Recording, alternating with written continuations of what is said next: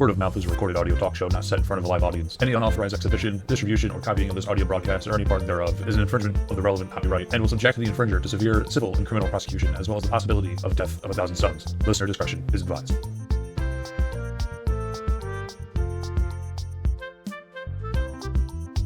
Word of Mouth. Good day, everyone. My name is Portier Folly, and welcome to the radio talk show, Word of Mouth. I am proud to introduce the first interview in a series of interviews with selected prisoners that will be partaking in the Race for Freedom initiative, taking place on a chain of islands found in the Blue Ash Sea, set to air on this radio broadcast over the course of the race. With me, I have Ixim Makeb. Makeb? How do you pronounce your name? Makeb. Makeb. Ixim Makeb. That's interesting. But let's begin with a very easy question. Give me your name and your occupation for the record. I'm Ixim Makeb, and I'm a bard, obviously. You can see the lute. Is that what that... Oh, of course, yes. Of course. And Ixim, while we're here, you don't really seem like a very intimidating fellow, to be quite fair, but I need to ask... Astute observation. I need to know, how did you even get incarcerated in the first place? Well, let's see.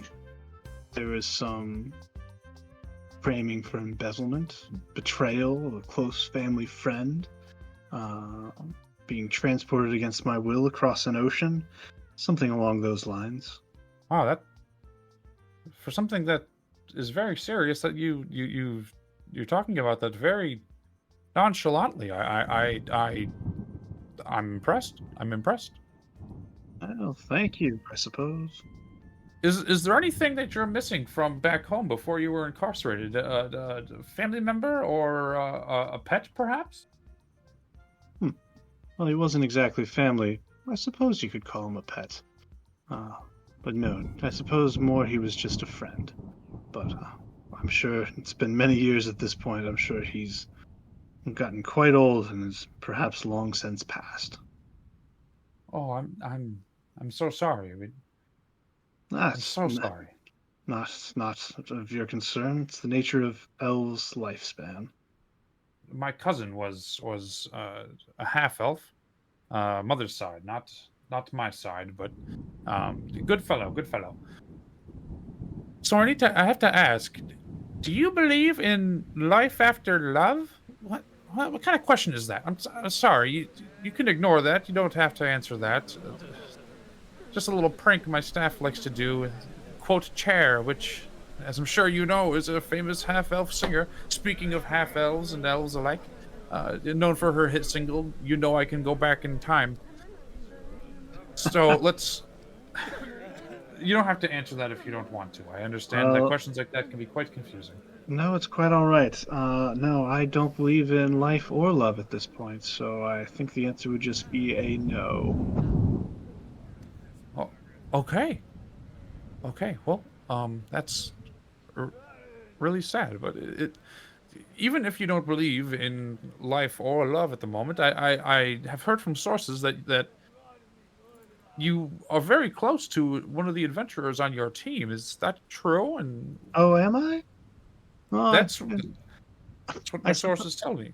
I suppose that could be true. We had a shared interest in tormenting one of our fellow inmates. But perhaps a story for another time. But no, his name is Kelbrix, and he is quite the penchant for a bit of mischief, and we get along quite well in that regard. Oh yes, I speak with Kelbrix, I believe, next within the interview circuit. Well, let me tell you, when he says it's a scratch and sniff, it's not a scratch and sniff. Oh, did you learn the hard way, or was that... No, I was on the benefiting side of having quite the show displayed before me. Oh, Okay. Okay. I will definitely make sure to write that one down. We like to start a new segment here where we get questions from our audience, and we sent a poll out to everybody via uh, scroll asking if they had any questions for the prisoners about to take place in this new initiative that Galen Goodfield has put on for the sea, for the chain of islands within the sea. And one of the questions is, do you feel like if you were to what if you were to die tomorrow, will you feel complete? I beg your pardon? God damn, that's dark. Can we even say that? Is that allowed? Who sent this question in? Who allowed this? I can't stand it here sometimes. This is absolutely ridiculous. Was it you, Gary? God damn you, Gary. You've been trying to sabotage me since I took over for the last guy who got shot in the studio for conspiring against the king. Gary, I swear to God, you son of a bitch. Get over here. We have to get one thing understood.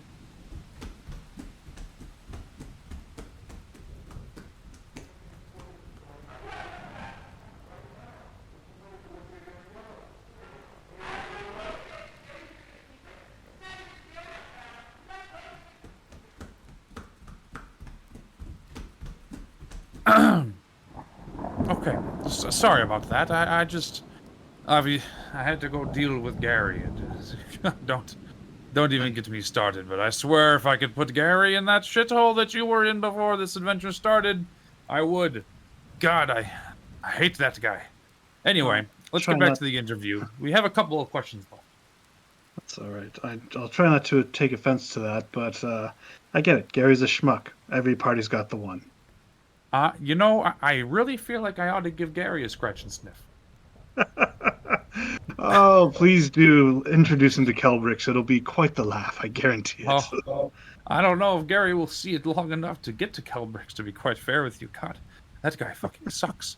Anyway, I need to know what was life like for you before incarceration? Did you live a good, healthy life? What were your parents like? Did you grow up in a big town, or? I grew up in a small farming village, and one of the first things I did when I was old enough, approximately 60 or 70 years old, that's a little bit hard to remember now, I left town to become an adventurer. I wanted to be a bard and chronicle great tales. Slowly after chronicling through the muck, I decided that was a fruitless endeavor, and I became a merchant under the tutelage of my good friend Bryce Fenwick. Oh, okay. Yes, I have never heard of Bryce Fenwick, but from what I understand, you grew up on the island of Kanto, which is obviously, far away from where we are currently.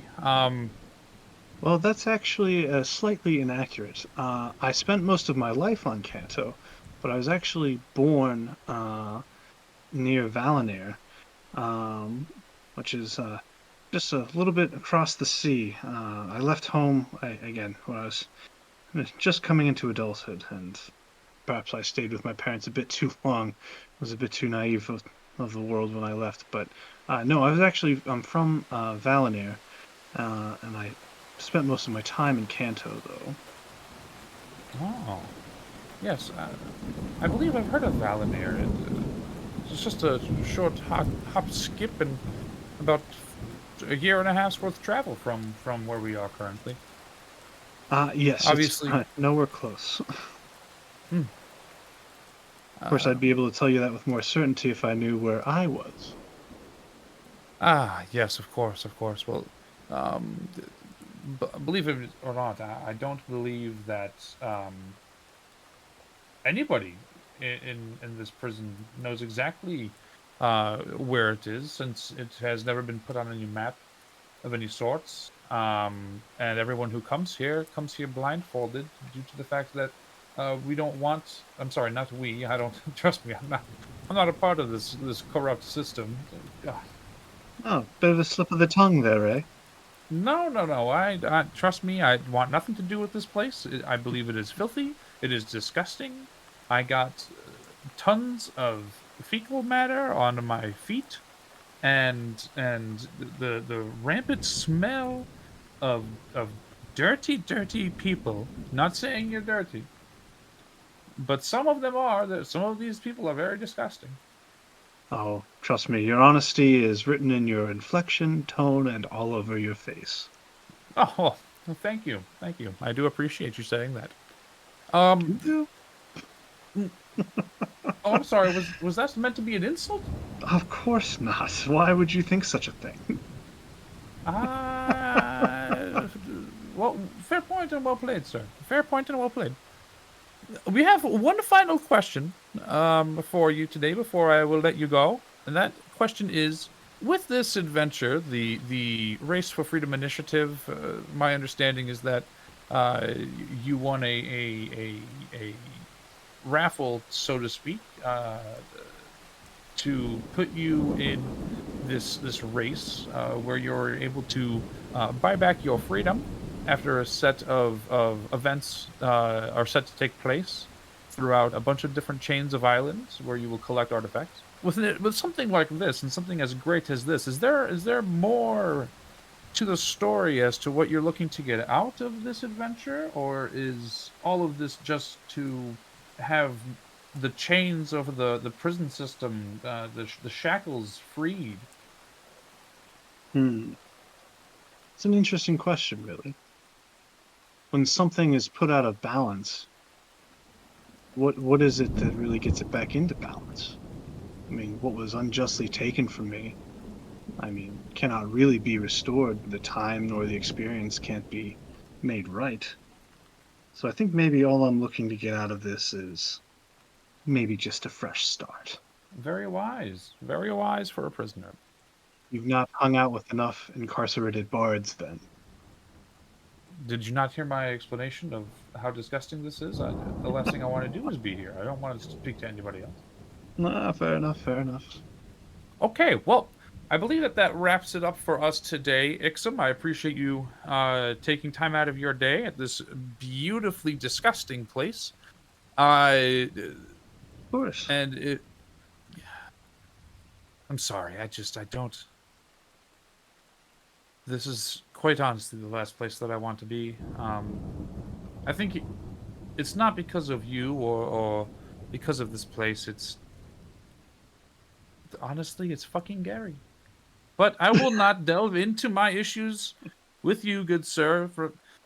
From the Loof Hall Incarceration Center, I am your host with the most, Potier Folly. You're listening to Word of Mouth. Ixim, thank you again. Till next time, listeners, goodbye.